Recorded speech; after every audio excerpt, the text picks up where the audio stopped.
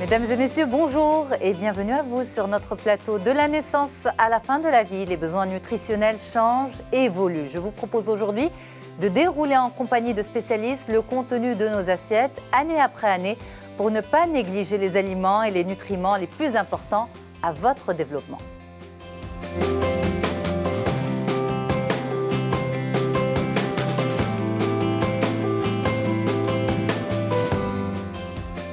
Alimentation et cycle de vie, c'est notre sujet du jour. Avec vous, Dr Karim Louali, bonjour. Vous êtes médecin nutritionniste. Et à vos côtés, une autre spécialiste, Dr Baha Rabi'. Bonjour, merci beaucoup d'être là tous les deux. Une équipe de choc de médecins nutritionnistes pour notre alimentation année après année.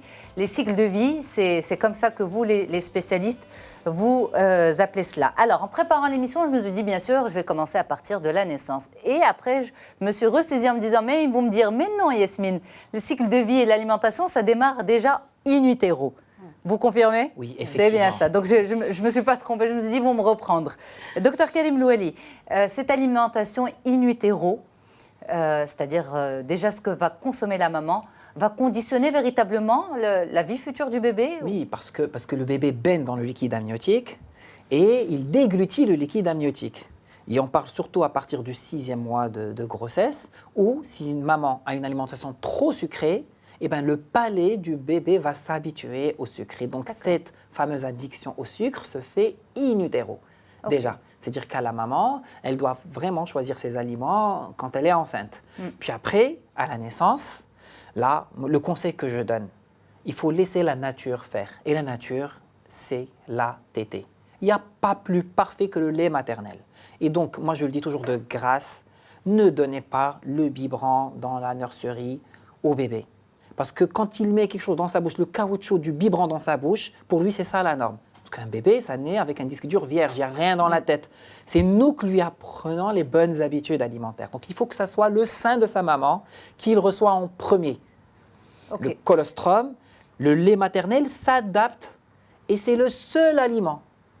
Il est suffisant durant les 6 premiers mois de sa vie. Ok, alors donc premier cycle de vie, c'est quoi? Du ventre de la maman à la diversification, c'est ça? Si on devait donner le premier, on va dire, palier, ça serait ça? Les 1000 premiers jours. Les 1000 premiers jours, ça commence de la conception jusqu'à l'âge de 2 ans. D'accord. Et ça, c'est une théorie qui est maintenant très, très connue et on en parle beaucoup. C'est-à-dire que finalement, c'est vrai, comme a dit mon ami Louali, c'est que ça dépend de ce que la maman mange, mais aussi ça dépend de l'état de santé nutritionnel de la maman avant la conception.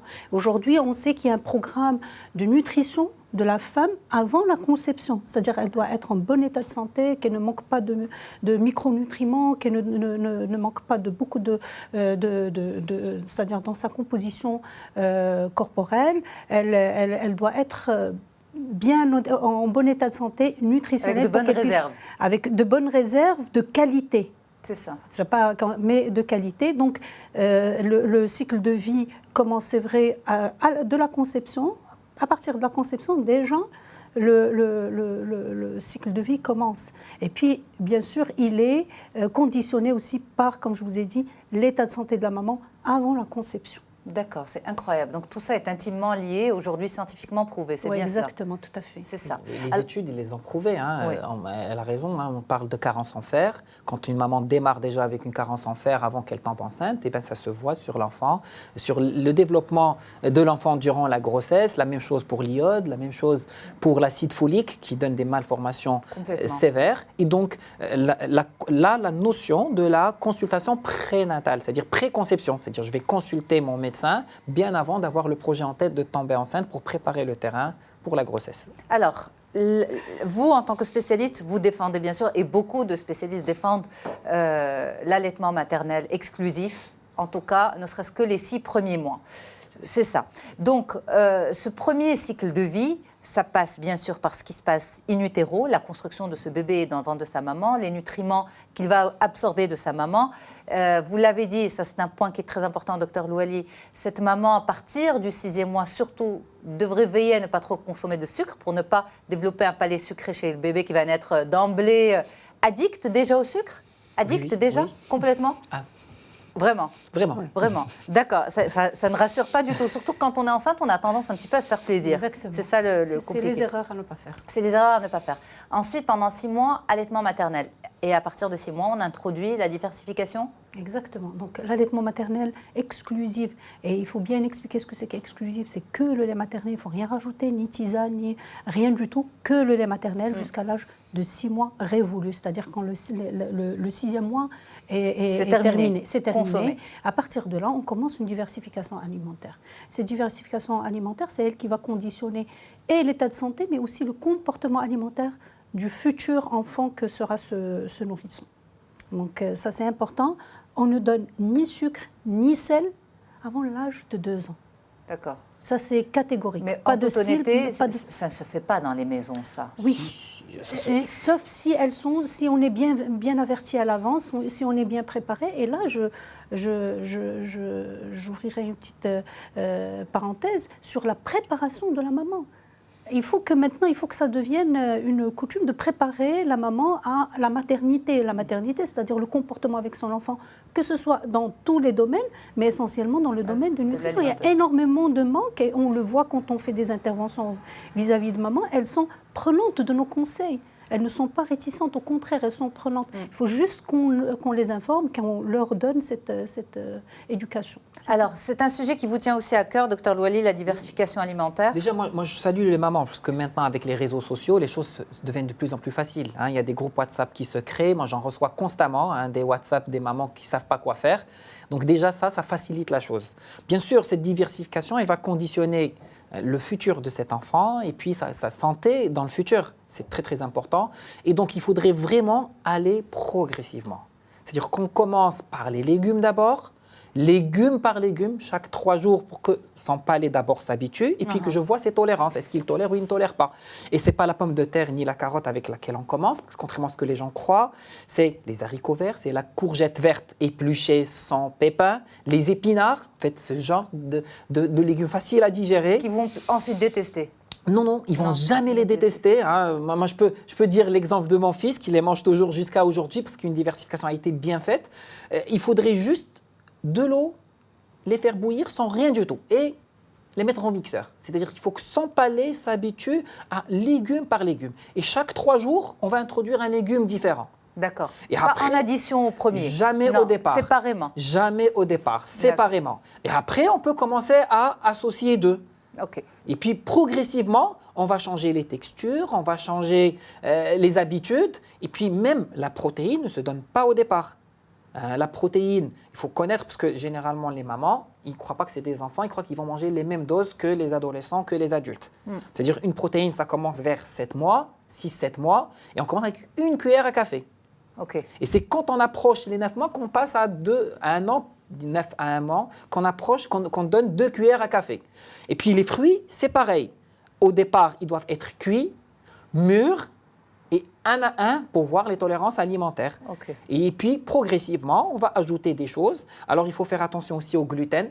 On ne met pas dès le départ, dès le 6e mois. Il faudrait l'introduire, mais pas au 6e mois. Le gluten que l'on trouve dans le pain, notamment? Oui, notamment. Il ne faut pas l'introduire dès le 6e mois. Il faut attendre un peu. Il faut attendre 2 mois passent, 7 mois, 8 mois pour introduire les premiers éléments de gluten. Et puis, on va aller progressivement. On va éduquer cet enfant à manger d'abord les textures. C'est d'abord en soupe, ensuite écrasé, ensuite en petits morceaux, en fonction de son évolution. Puis on va introduire la protéine, avec le poisson blanc, avec le poulet, la viande rouge en dernier lieu, progressivement jusqu'à ce qu'il ait une alimentation normale et équilibrée. Mais j'insiste toujours, la clé, ma collègue l'a dit, pas de sucre, pas de sel, jusqu'à l'âge de 2 ans. On peut mettre de l'huile d'olive, c'est pas grave. On peut mettre des fines herbes pour donner le goût. On utilise des espèces de boules.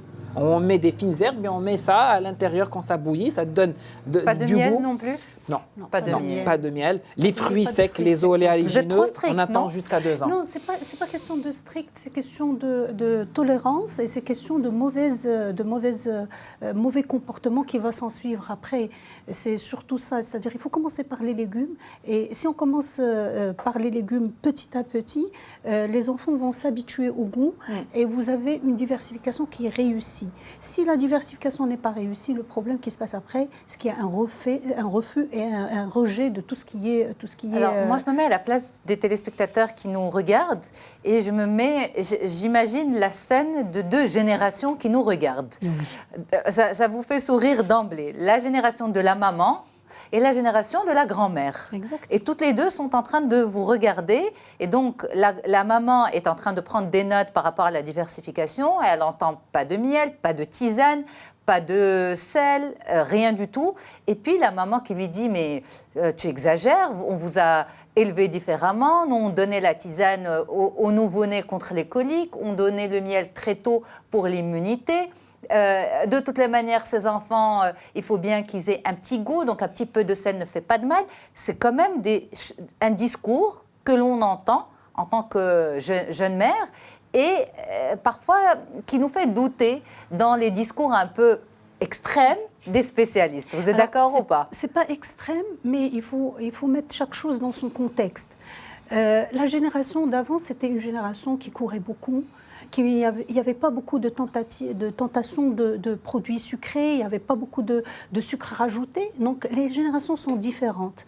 Donc, maintenant, on a plus de tentations, donc il faut être dans le préventif. On sait maintenant, l'OMS a tiré la sonnette d'alarme par rapport à la consommation du sel, sucre et gras. Donc, il faut vraiment qu'on fasse quelque chose. Et on s'est rendu compte que tout commence dès le début, c'est-à-dire au bas âge. Ouais. Avant, la question ne se posait pas, les enfants. D'abord, la quantité d'aliments était très petite, on ne mangeait pas beaucoup. Deuxièmement, les protéines ne se mangeaient pas énormément. Le sucre ajouté, il n'y en avait pas beaucoup. Il n'y avait pas autant de choix. Autant de chocolat, autant de biscuits, autant de voilà. choses. Donc, c'est facile aujourd'hui d'instaurer des addictions contre lesquels on va lutter après à l'âge adulte. C'est pour ça qu'il faut être dans la prévention, mais il faut vraiment être dans le tout début au bas âge. Sachant qu'il faut rester bien sûr vigilant tout au long. C'est pas des enfants c'est pas tous les enfants qui n'ont pas consommé de sel et de sucre jusqu'à l'âge de 2 ans qui vont après ne rien consommer. C'est pas vrai, mais c'est une éducation, c'est-à-dire durant tout le cycle de la vie. Ça vous faisait sourire, docteur Ouali, ce que je racontais comme... Ma mère, elle me fait toujours la même chose. Goûte cette soupe, hein. Est-ce que toi, tu vas apprécier? Ben non, il apprécie, il finit son bol. Alors, ce qui est important, c'est cette notion de prévention. Parce que c'est très dommage, moi je vois très souvent ça dans mon travail quotidien, de recevoir des mamans qui viennent chez moi et qui me disent « Mon enfant ne me prend pas de légumes. Il prend que la pomme de terre, que les frites et la protéine. Oui. » Et c'est ça. Et ben, le petit déjeuner, que les yaourts sucrés et les biscuits. Et là, c'est encore plus difficile d'intervenir. En sachant que l'obésité infantile, maintenant, surtout dans des pays comme le Maroc, en voie de développement, elle fait des ravages et c'est réversible. C'est-à-dire qu'il faut agir à cet âge-là pour qu'on n'arrive pas... C'est plus difficile de prendre un adolescent et de le faire manger la soupe. C'est ça. Par contre, quand son palais est habitué à consommer de la soupe, eh bien oui. Et en ce moment-là, il y a des astuces, il y a des trucs à faire à la maison. Quand on fait la diversification, il faut, dès le départ, apprendre à manger sur la salle à manger, à table, dans sa siège haute, en famille, dans un climat qui est convivial, sans télévision, sans parasites autour. On ne joue pas quand on mange. Donc ça, c'est des habitudes qui s'apprennent dès le départ. Si dès le départ, je mets les règles, elles vont être respectées. Très, très important. On a consommé un peu plus du tiers de l'émission, déjà uniquement sur cette partie-là de l'alimentation et du cycle de vie. C'est sûr que on pourrait consacrer une émission entière, voire plus, à cette thématique, mais on doit un petit peu avancer. Est-ce qu'il ne faut pas aussi faire attention aux enfants lorsque... Alors, on peut justement être très prévenant, vraiment encadrer la diversification alimentaire, mais quand ils arrivent vers l'âge de 2 ans, 3 ans, où ils gagnent en autonomie, ou en tant que mère, on lâche un peu... On respire parce qu'ils ne dépendent plus forcément de nous à 100% pour les nourrir. Et donc, à ce moment-là, parfois, on laisse faire. Est-ce qu'il n'y a pas un risque de malnutrition à cet âge-là? Parce que c'est l'âge critique. C'est l'âge critique, c'est ça. Ils mangent comme des petits moineaux et en même temps, on se dit, bon, bah, c'est pas grave, ils compensent par autre chose. Et justement, il faut ce qu'on appellerait les faux pas. C'est-à-dire, c'est qu'à ce moment-là, il faut faire très attention parce qu'à l'âge de 2 ans, commence l'autonomie, l'âge du non. L'enfant commence à refuser, donc il faut être très vigilant. Les choses à ne pas faire, c'est qu'il ne faut pas remplacer le ce qu'on appelle le repas principal, c'est-à-dire le petit déjeuner ou le déjeuner, par des collations. Et c'est ce qui se fait parce que la maman, elle se dit, au moins je le laisse manger. Non, je dis, vaut mieux lui donner quelque chose de correct pour sa santé, plutôt que de donner n'importe quoi, rien que pour qu'il mange. Parce qu'on n'est pas en train de remplir, on est en train de nourrir. Il faut le laisser. Rien donner. C'est pas grave. Il va s'habituer. Quand il aura faim, il va prendre. Et après, il va s'habituer qu'il n'y a pas de remplacement. C'est ça. Et c'est ça. Il ne faut pas se soucier et se dire...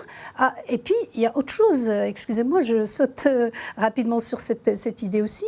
C'est qu'il y a des mamans qui disent « Mon enfant ne mange pas beaucoup ». Alors qu'en fin de compte, on compare ce qu'il mange par rapport à un plat qui... D'adulte. Ça aussi à ne pas faire, et respecter les enfants petits mangeurs. Les petits mangeurs, on ne va pas leur donner 3 repas et 2 collations, on peut faire plus que 2 collations. On peut faire des collations qui sont consistantes. Au lieu que ce soit des collations légères, elles peuvent être consistantes parce que c'est des petits mangeurs, c'est des petits estomacs. Il faut faire attention aussi à la quantité, parce que c'est l'âge où l'estomac il se distend, il commence à prendre de la taille. Et si on le développe beaucoup, s'il se distend beaucoup, après on peut tomber dans l'obésité. Et puis, Alors ça me ramène à une idée qui est très importante, c'est ce fameux saut adipeux. Bon adipeux, c'est comme ça que ça s'appelle. Bon adipeux. Je savais qu'il y avait une histoire de mouvement. Bon adipeux, exactement. Qui serait dangereux s'il se met en place très tôt.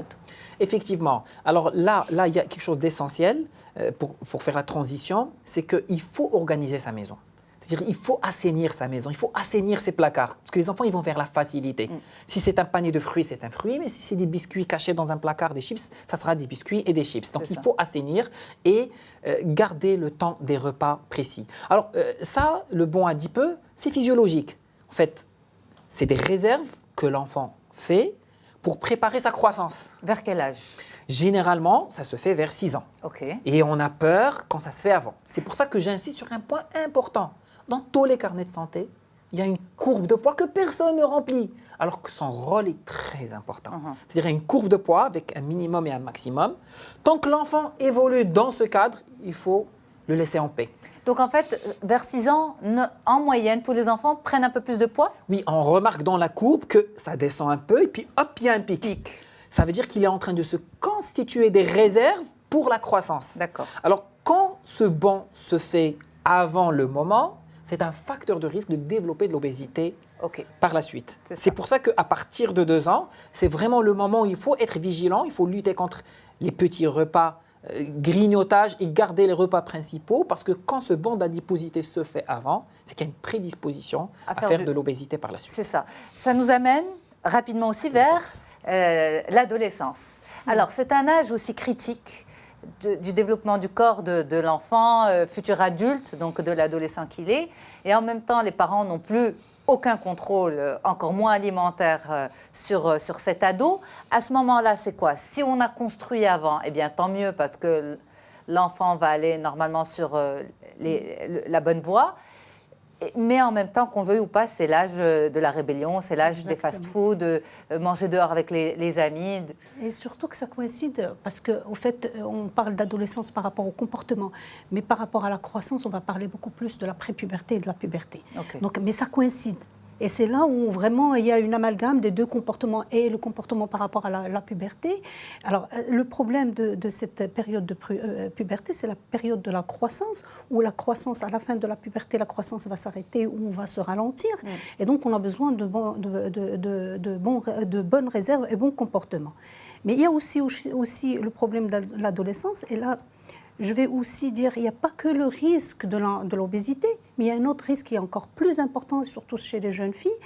Si on parle beaucoup de finesse et de tomber dans de maigreur, et on le voit de plus en plus souvent, et on voit des enfants qui mangent presque rien, ils vont manger du n'importe quoi pour rester maigres, et on les voit par exemple en sortant des collèges, des filles très très fines, mais qui sont en mauvaise santé. Ça, c'est vraiment aussi très important. Il ne faut pas trop parler du risque de l'obésité, mais il faut beaucoup plus parler et sensibiliser vers la bonne santé et bien manger correctement, éviter de manger tout ce qui est justement fast-food. Il faut les laisser. Il ne faut pas dire non, on ne va pas le prendre. Mais ça va rester, par exemple, le repas de la semaine, le repas plaisir, où on va le faire peut-être en sortie et tout. Il faut le garder, ce repas, justement? On n'est jamais contre se faire plaisir. Exact. Il faut juste savoir comment se faire plaisir et à quel bon moment. Exact. C'est-à-dire que moi, je dis toujours, un gâteau d'anniversaire pour fêter son anniversaire, c'est très bien, mais qu'on en fasse le dessert. On va bien manger, on va souffler les bougies Oui. et qu'on prenne cette part de gâteau comme dessert, par exemple. Oui. Oui, il faut garder ce repas pour les enfants parce que sinon, ils vont vivre en marge de la société, C'est pas possible. leurs copains font ça, ils vont se sentir punis. Mais ce qu'il ne faut pas oublier, c'est que la puberté, que ce soit chez le garçon ou chez la fille, c'est le corps qui change. C'est la croissance accrue. Et bon, généralement, les filles, elles poussent bien avant les garçons. Généralement, les filles, c'est vers 12-15 ans. Les garçons, c'est plutôt après. C'est ça. Mais attention aux filles, parce qu'avec l'apparition des règles, le manque de fer, c'est-à-dire qu'il y a un besoin plus accru encore en fer. Les garçons, on est plutôt du côté du calcium, de la vitamine D, parce que ça pousse énormement quand on Alors, pardon quand de on vous arrive. interrompre, ça me rappelle l'image de ces garçons arrivés à l'adolescence qui mangent beaucoup. Alors, et vous avez des parents, en préparant l'émission, je discutais avec une maman qui a un pré-ado à la maison, un ado, elle me dit, je dois préparer des repas consistants parce qu'il a faim. Je dois lui préparer des dîners consistants, et pourtant, le garçon est... Il faut le faim. laisser manger, mais c'est la qualité nutritionnelle qui compte. Mais c'est quoi? Qu'est-ce qui arrive à cet âge-là? Est-ce que les garçons ont vraiment plus faim? Bien sûr, bien sûr. En fait, Ils toujours, dévalisent les réfrigérateurs. L'homme a toujours besoin de plus de calories que la femme. Exact. Ça, c'est normal. métabolisme Et de puis, base, mais- l'activité physique n'est pas pareille. Généralement, C'est ça. les filles, c'est plus des jeux gentiment, etc. On va jouer à la poupée, on va être entre copines.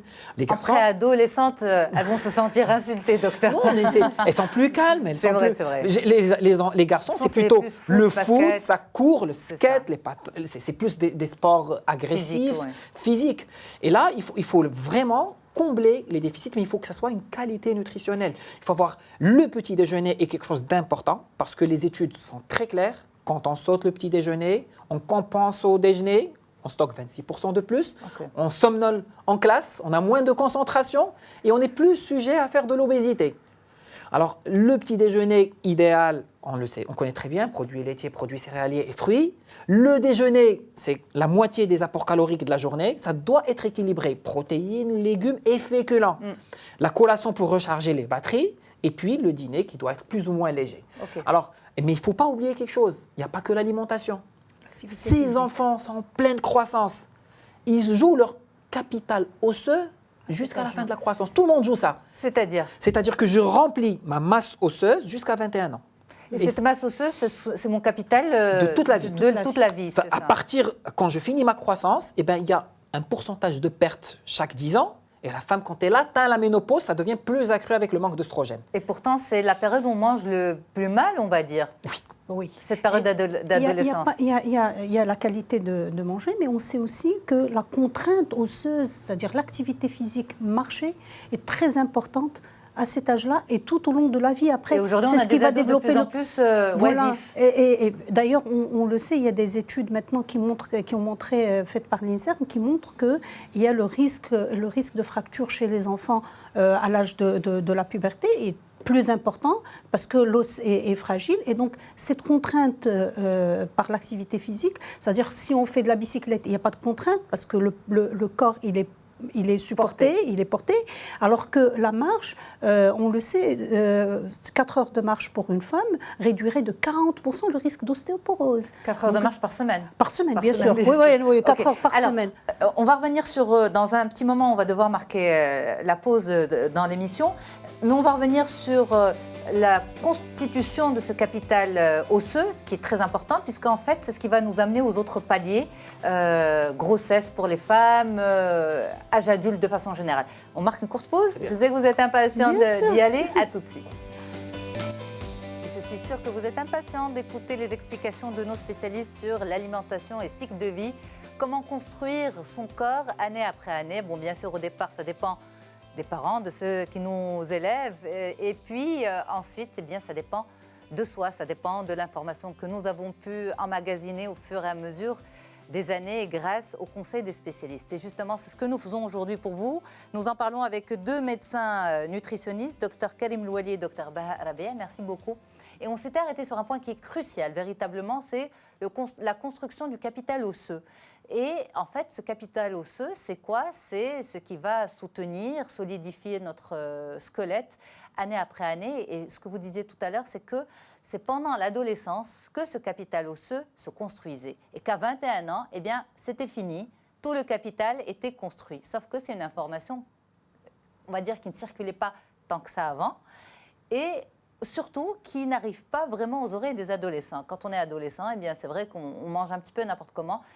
Et en toute honnêteté, si on parle à un adolescent d'ostéoporose et de vieillissement du squelette, ça ne leur parle pas du tout. Alors, comment on peut sensibiliser les ados, qui sont loin du vieillissement, à cette histoire de constitution de leur squelette? Docteur Karim Louali. Déjà, il faut leur expliquer qu'est-ce que c'est. Donc, pour avoir des os costauds et solides, ça passe, par une alimentation, parce que c'est le calcium, c'est la vitamine D. Donc, il faut avoir ces sources dans notre alimentation. Quand on parle de vitamine D, c'est d'abord l'ensoleillement. Donc, il faut être à l'air libre, il faut jouer dans le soleil. Puis, poissons gras, et notamment sardines en premier lieu. Et puis, toutes les sources de calcium, ne serait-ce que l'eau minérale qui est très riche en calcium, les produits laitiers, et j'en passe. Et ensuite, ce que les gens ne voient pas, c'est l'activité physique. C'est parce que c'est quand je suis en activité, en apesanteur, que j'aide mon os à se constituer. Et donc, le sport chez les enfants, chez les adolescents, est quasi obligatoire. Et là, on l'oublie. C'est-à-dire, ce n'est pas les 2 heures de sport qu'on fait à l'école qui sont suffisantes pour construire nos os. Il faut absolument accompagner l'enfant par une activité sportive en dehors de l'école. Et ça, c'est très important. Mais ça, c'est le rôle des parents, parce qu'à cet âge-là, un ado on ne peut pas lui demander cette prise de conscience de son squelette pour sa vieillesse. Il est tellement loin de tout ça, en fait. Je crois que c'est tout d'abord, il faut instaurer les habitudes, on a dit dès le départ, commencer par instaurer les habitudes de mon comportement, mais aussi être un exemple pour les enfants. C'est surtout ça, parce que les enfants, en tant que parents, que ce soit dans les repas ou que ce soit pour l'activité physique ou que ce soit pour tous les comportements. C'est-à-dire que l'enfant, l'adolescent, on instaure, on va beaucoup plus parler de puberté que d'adolescent, parce que dans votre spécialité, c'est ça. C'est parce que c'est ça qui c'est pas l'adolescence. L'adolescence, c'est beaucoup plus le comportement. Mais par rapport à la puberté, si on a bien préparé l'enfant à bien se nourrir de manière diversifiée, à faire de l'activité physique. L'activité physique, ça s'instaure à l'âge de 6 ans, 7 ans. C'est-à-dire, dès qu'on est accro à l'activité physique, on ne va pas l'arrêter à la puberté ou à l'adolescence.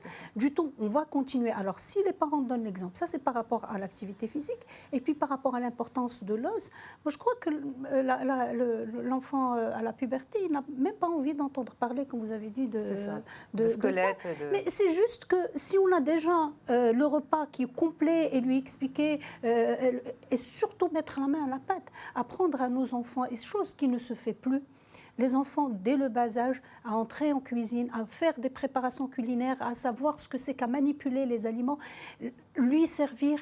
Ça peut être...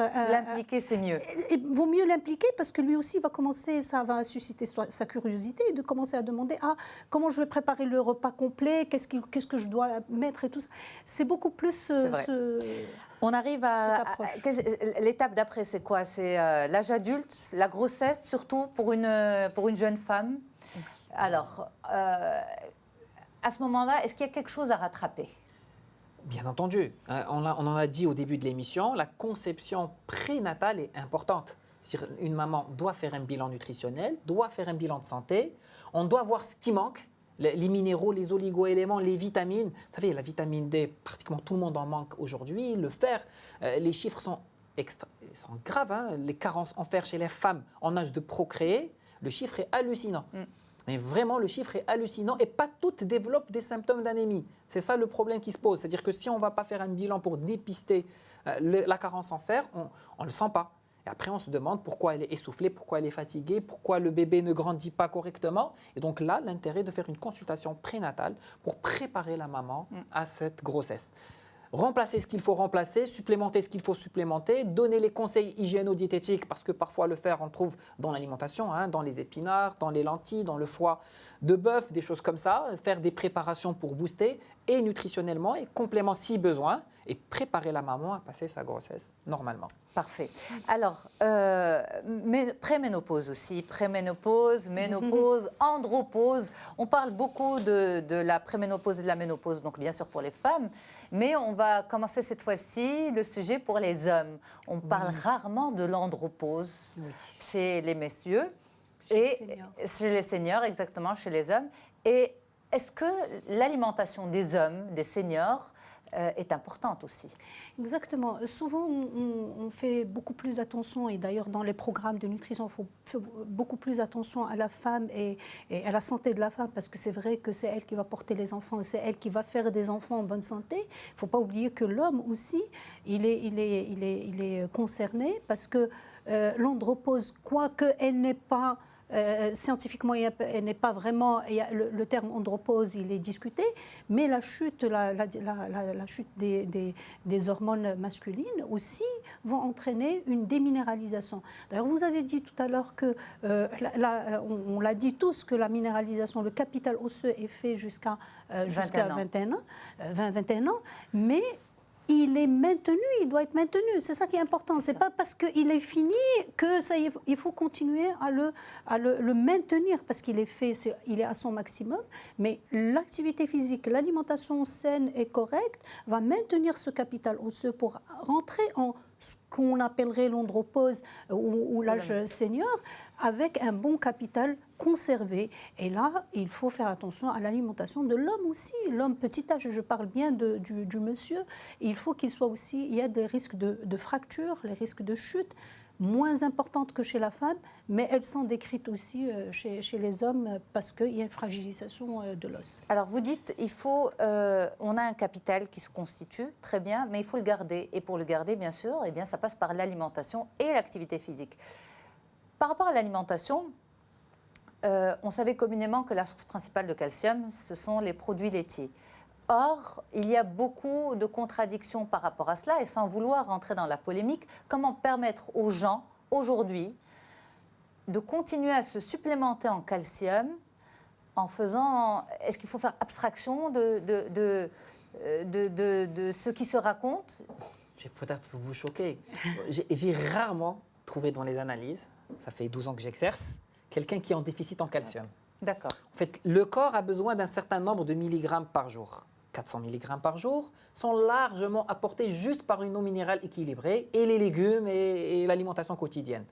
Alors, ce qui cause l'ostéoporose, c'est pas le déficit en calcium quand on mange. En fait, c'est la fuite du calcium de l'os. Et pourquoi ce calcium fuit-il? Eh bien, parce qu'il n'y a pas de vitamine D, parce que je ne fais pas d'activité physique, parce qu'il y a un mauvais équilibre phosphocalcique. Parce que c'est la vitamine D qui colle le calcium sur l'os. Bien entendu, c'est une panoplie de facteurs. Mais l'activité physique est essentielle. Pourquoi? Parce que notre os est en perpétuel remaniement. D'un côté, je détruis et de l'autre côté, je construis. C'est des cellules spécialisées, ostéoclastes, ostéoblastes. Et donc, c'est l'exercice qui me permet de maintenir la cadence pour refaire mon os. Parce qu'il change, en 3 mois, on change toutes nos cellules osseuses, en fait, ça tourne. Et ce qui se passe, c'est que les problèmes qui commencent, en fait, l'homme et la femme, ils ont les mêmes problèmes. Sauf que c'est un intervalle d'âge différent. La femme avec la ménopause, elle fait avant. Mais l'homme fait les problèmes d'hypertension avant la femme, parce que la femme est protégée par les menstruations. Donc, c'est les mêmes problèmes, sauf qu'ils sont à âge différent, mais la prévention est la même. Il faut manger équilibré, pas forcément, il ne faut pas focaliser sur le calcium. Moi, je trouve que la vitamine D est un problème plus grave que le calcium. Le calcium, on ne le trouve pas que dans les produits laitiers. On ne va pas parler de cette polémique parce que les écoles se battent. Mais le calcium, on le trouve aussi dans les oléagineux, on le trouve aussi dans l'eau minérale, on le trouve aussi dans pas mal de choses. Mais moi, je le dis toujours, il faut manger équilibré, c'est l'équilibre. Ce n'est pas parce que je vais consommer beaucoup de produits laitiers que je vais avoir une bonne source de calcium. Il faut manger équilibré. Et en fait, l'histoire de cette activité physique, c'est un catalyseur de chimie dans le corps. C'est c'est le sport qui va créer plusieurs opérations. C'est cette contrainte osseuse, c'est-à-dire c'est l'appui sur l'os, c'est contraindre l'os, il ne faut pas qu'il soit au repos. C'est ça ce qui va faire qu'il va augmenter son métabolisme et donc renouveler les cellules osseuses et donc être plus solide. Alors, comme vous avez dit, les écoles discutent le sujet. Moi, je dis quand même que le calcium des produits laitiers garde sa place, que ce soit pour l'homme ou pour la femme. Et il faut justement, il n'y a pas d'excès, mais il faut que quand même qu'il soit présent parce que il faut dire aussi, il n'y a pas que le calcium pour les produits, il y a aussi la vitamine D. La vitamine D qu'on trouverait dans l'huile, mais déjà l'huile, on demande à réduire la consommation d'huile. Donc les produits laitiers, c'est le calcium, la vitamine D, et c'est important de les consommer de manière modérée et logique et raisonnable. L'activité physique est très importante. C'est-à-dire, en fait, il n'y a pas un élément, c'est des déterminants de la santé nutritionnelle. Et donc, c'est l'activité physique, le comportement, le stress, etc. C'est beaucoup de déterminants qui vont faire, donc il faut faire attention à tout. Mais en même temps, à cet âge-là, le palier auquel nous sommes arrivés, à savoir les seniors, hommes et femmes, andropause, ménopause, c'est un âge où le métabolisme ralentit. Et donc, où on voit des personnes qui ont toujours été actives, qui ont toujours fait attention à leur alimentation, quand même prendre du poids, et quand même prendre du poids au niveau du ventre. C'est physiologique. C'est physiologique. Mais c'est frustrant quand même. Oui, mais on a des tranches d'âge. C'est-à-dire que généralement, quand on parle pourcentage de matière grasse, il y a jusqu'à 40 ans, de 20 à 40 ans, et puis de 40 à 60 ans, puis après 60 ans. Et dans chaque phase, on peut se permettre un peu plus de matière grasse dans notre corps. D'accord. Donc ça c'est physiologique. La Mais femme, vous dites par exemple 40 à 60 ans, on peut se permettre plus de matière grasse entre 20 et 40 ans. Et pourtant, visiblement, on prend plus de poids entre 40 et 60 ans, non? Je me trompe? On perd plus difficilement. Alors moi, j'aimerais bien attirer l'attention sur l'âge. Si on compare les femmes d'avant à l'âge de 45 ans et les femmes d'aujourd'hui, avant, les femmes de 45 ans étaient plus obèses que les femmes d'aujourd'hui de 45 exactement. ans. Alors il faut aussi dire qu'il y a un autre facteur très important, c'est que aujourd'hui, la femme, elle fait les enfants plus tard et donc elle reste à l'âge de 45 ans, elle a une vie familiale à gérer. Exact. Alors, dès qu'on arrive à l'âge où la femme, elle n'a plus d'enfants à prendre en charge, donc elle n'a pas cette contrainte du repas à l'heure, donc elle commence à manger n'importe comment, à n'importe quelle heure. Donc, toutes les perturbations, que ce soit la dénutrition, parce que c'est vrai qu'on va être peut-être avoir plus de poids, mais être dénutri à l'intérieur, moins de micronutriments dont je parle souvent. Et donc, il y a l'âge. C'est vrai, il y a la préménopause, la ménopause, mais il y a aussi le facteur comportement de la femme parce qu'elle a fini ses responsabilités. Et de l'homme aussi? De l'homme aussi, parce qu'il y a plus ces horaires, manger à midi, et surtout à partir de l'âge de la retraite aussi, où on a carrément toute la vie qui est perturbée. Et ça, c'est un âge à prendre aussi en considération. Et puis, il ne faut pas oublier que la femme, quand elle arrive à la ménopause, elle passe de ce qu'on appelle une obésité gynoïde, à une obésité androïde. Alors, gynoïde en forme de poire, c'est-à-dire c'est l'obésité de la femme, c'est les hanches, c'est les rondeurs. Elle passe à une obésité d'homme. Au niveau du ventre. Au niveau du ventre. Plus dangereux sur le plan santé. Voilà. C'est ça. Et puis là, c'est des demandes qu'on voit spécifiquement à des femmes en ménopause, en préménopause, qui viennent pour le petit ventre qu'elles ont pris, qu'elles n'ont pas l'habitude d'avoir. Oui, généralement, elles vont oublier qu'à côté, ils ont baissé leur activité physique. C'est-à-dire avec le travail, avec les enfants, elles font moins de sport, elles se dépensent moins. Et généralement, ça mange plus, ça grignote plus, puis ça va encore accentuer plus ce changement physiologique qui est dû au manque d'oestrogène et au manque d'hormones et à la préparation à la ménopause. Et c'est vraiment le moment où elle doit se prendre en main, se prendre en charge, revoir, poser des questions, revoir son mode de vie, sa santé et prendre les bonnes décisions et les bonnes résolutions pour préparer sa santé de retraite, comme on dit. En tout cas, on espère vraiment qu'on a apporté les grandes lignes, les bonnes grandes lignes pour nos téléspectateurs aujourd'hui. Je vous remercie vraiment pour votre mobilisation, vraiment pour cette émission, on va dire 100% santé, parce que la communication médicale est très importante, ça permet de sensibiliser au maximum. Docteur Karim Louali, médecin nutritionniste, docteur Baha Rabea également, merci beaucoup. À très vite. Moi, je reste avec les téléspectateurs. On n'en a pas fini de parler de santé. À tout de suite.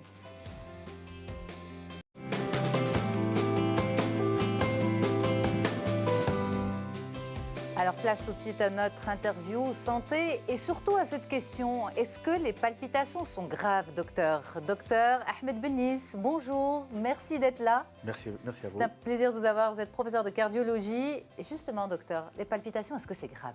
Alors les palpitations, tout d'abord, c'est une sensation de sentir son cœur, c'est-à-dire c'est une sensation anormale de sentir son cœur. Normalement, on est là, on ne sent pas son cœur battre. C'est ça. Quand on le sent, ça veut dire qu'on a des palpitations. En général, dans la majorité des cas, c'est un symptôme banal. C'est-à-dire c'est une contraction qui survient en dehors de la période normale. D'accord. C'est une contraction soit des oreillettes, soit des ventricules, qui va survenir en dehors d'une période normale. En général, C'est pas le cœur que l'on sent vraiment, c'est pas l'organe cœur qui... c'est la contraction qu'on Non, sent. c'est ça. C'est la sensation anormale de sentir cette contraction. Alors, on va sentir cela sous forme parfois d'un cœur qui est normal, et puis de temps en temps, on le sent, ces battements irréguliers. Parfois, ça peut être des accès de tachycardie. C'est ça. Ça devient rapide. Parfois, ça devient irrégulier. En général, c'est un symptôme qui amène les gens à consulter. Ça fait peur. Parfois, les gens sont alertés. Mais en général, on fait un bon examen, l'électrocardiogramme, on évalue. Mais dans la majorité des cas, les palpitations sont un symptôme banal. Ceci dit, on va voir dans quelles circonstances les palpitations peuvent être dangereuses et ça mérite un traitement. D'accord, mais en même temps, lorsque vous dites, heureusement, dans la majorité des cas, c'est un symptôme banal, mais c'est dans ce cas-là un symptôme de quoi? C'est un symptôme, vous savez, dans le cœur, il y a deux oreillettes qui sont des réservoirs, deux ventricules, un droit et un gauche, qui sont de véritables pompes qui vont se contracter. Et dans cette mécanique, il y a de l'activité électrique. Le cœur a une double activité, une activité mécanique et il y a de l'électricité. Et cette électricité vient d'en haut de l'oreillette droite par un nœud qui s'appelle le nœud sinusal. Et ça va être transmis aux oreillettes, puis dans le pont entre les oreillettes et les ventricules, puis dans les ventricules. Quand on a, par exemple, une petite fibrose, des petites fibres, le courant électrique ne va pas être de façon harmonieuse. Et on peut parfois avoir une perturbation de ce courant électrique. Parfois, ça peut tourner sur lui-même. Donc il y a quand même un petit truc. Il y a un petit truc. Ça peut être un truc banal, Oui. mais ça peut être parfois un truc Plus grave. beaucoup plus sérieux. Ok, alors avant de parler du truc plus sérieux, vous avez des personnes qui, souffrant d'angoisse, d'anxiété, ressentent beaucoup de battements de cœur, ressentent beaucoup de palpitations, de tachycardie. Alors ça, à ce moment-là, est-ce que c'est physique, c'est réel, ou bien c'est plutôt psychologique, sans être réducteur, hein. Ma question ne va pas du tout dans ce sens-là. Quand on subit un stress dans son travail, avec une pression énorme, le taux des catécholamines, des hormones qui accélèrent le cœur, va devenir plus important. Et ces hormones vont provoquer une accélération du rythme du cœur. Et parfois des perturbations du rythme du cœur. Et ça peut se sentir parfois dans des périodes de stress, des périodes de pression, des périodes où on a beaucoup de choses sur les épaules. Ça peut être tout à fait banal. Mais parfois, ces palpitations peuvent être un symptôme d'un mal plus profond, d'une maladie cardiaque. Mais est-ce que c'est... Parce que souvent on dit, par exemple, dépression, angoisse sont accompagnés de battements de cœur accélérés. Voilà. Alors ces battements de cœur accélérés, est-ce qu'ils sont véritablement accélérés? Est-ce que c'est réel ou c'est un ressenti? C'est réellement, réel. quand on fait un enregistrement du cœur Exact. sur 24 heures, on voit que le cœur s'accélère Ok. pendant ces pressions-là. Alors on va séparer en général deux types de palpitations. Les palpitations qui surviennent sur un cœur normal, c'est des gens de 40 ans un peu stressés, qui ne font pas assez beaucoup de sport, qui subissent les pressions de la vie et qui, de temps en temps, dans des périodes de vie, qui vont faire des palpitations. La ménopause aussi? La ménopause aussi, on peut avoir des périodes d'excitabilité augmentée du cœur. C'est ça. Voilà. Alors, on va sentir ces palpitations, mais quand on fait un examen clinique, il y a un électrocardiogramme, on pousse même parfois à faire une échographie cardiaque, un enregistrement, on voit que ces extrasystoles, ça veut dire des contractions qui surviennent en dehors de la période normale, sont tout à fait banales et n'ont aucun risque, n'ont pas de retentissement ni sur le cœur ni sur la vie des gens. Généralement, c'est des personnes qu'on rassure, on donne un peu de tranquillisant, parfois on donne un bêta-bloquant pour ralentir le cœur et tout va rentrer dans l'ordre. Parfois on donne rien, on donne juste du magnésium. Parfois ça rassure les gens d'entendre qu'ils n'ont rien. Absolument. Et dans la majorité des cas, on ne donne aucun traitement spécifique. D'accord. Mais dans quelques cas, ça peut être en rapport avec une maladie cardiaque. On peut avoir de la tension, on peut avoir des maladies des valves du cœur, on peut avoir des maladies des oreillettes, on peut avoir des maladies du muscle cardiaque, on peut avoir des maladies des artères du cœur. À ce moment-là, c'est un symptôme. Parfois, c'est un symptôme d'une maladie. Parfois, on a des anomalies du circuit électrique avec lesquelles on est né ou des anomalies acquises. À ce moment-là, tout dépendra de la cause. On fait des investigations poussées, un examen clinique, électro, échographie, enregistrement du cœur sur 24 heures. Et à ce moment-là, on saura. Et le traitement va dépendre, bien sûr, de la cause. D'accord. Mais ce ressenti de palpitation, de cœur qui s'emballe, Par exemple, pour le cas des enfants, et pour le cas des enfants qui naissent avec des problèmes cardiaques, un enfant ne peut pas mettre des mots sur un ressenti.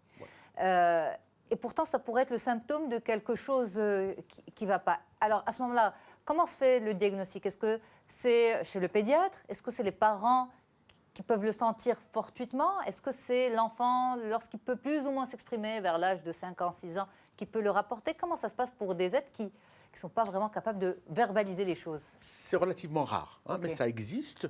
Alors à ce moment-là, on a des symptômes de l'enfant qui se plaint d'avoir un cœur rapide. Les parents peuvent le constater. Et puis lorsque Constater pourquoi on voit, ça bouge? ça bouge parce que le cœur est assez proche de la paroi. Ouais. C'est des enfants qui sont un peu relativement, on voit relativement le cœur chez l'enfant battre. On voit la pointe du cœur et on peut prendre le pouls. On sent que le pouls est accéléré. On examine l'enfant, on voit s'il n'a pas de souffle cardiaque. On fait un électrocardiogramme et puis on interroge les parents. Quand est-ce qu'il faut s'alerter? C'est lorsque l'enfant présente des palpitations fréquentes, lorsque ça gêne l'enfant, lorsqu'il a perdu connaissance, lorsqu'il a fait des lipothymies, des chutes, et lorsqu'il y a dans la famille des notions parfois de mort subite ou de maladie cardiaque grave. À ce moment-là, c'est des choses qui sont tout à fait à prendre au sérieux. Et à ce moment-là, on va examiner l'enfant plus en sérieux pour voir est-ce qu'il y a une cause qui est derrière. Voilà un peu pour l'enfant. Mais c'est relativement rare. Et en général, l'enfant se plaint que son cœur bat vite, que quand il fait un petit effort, que ça bat très vite.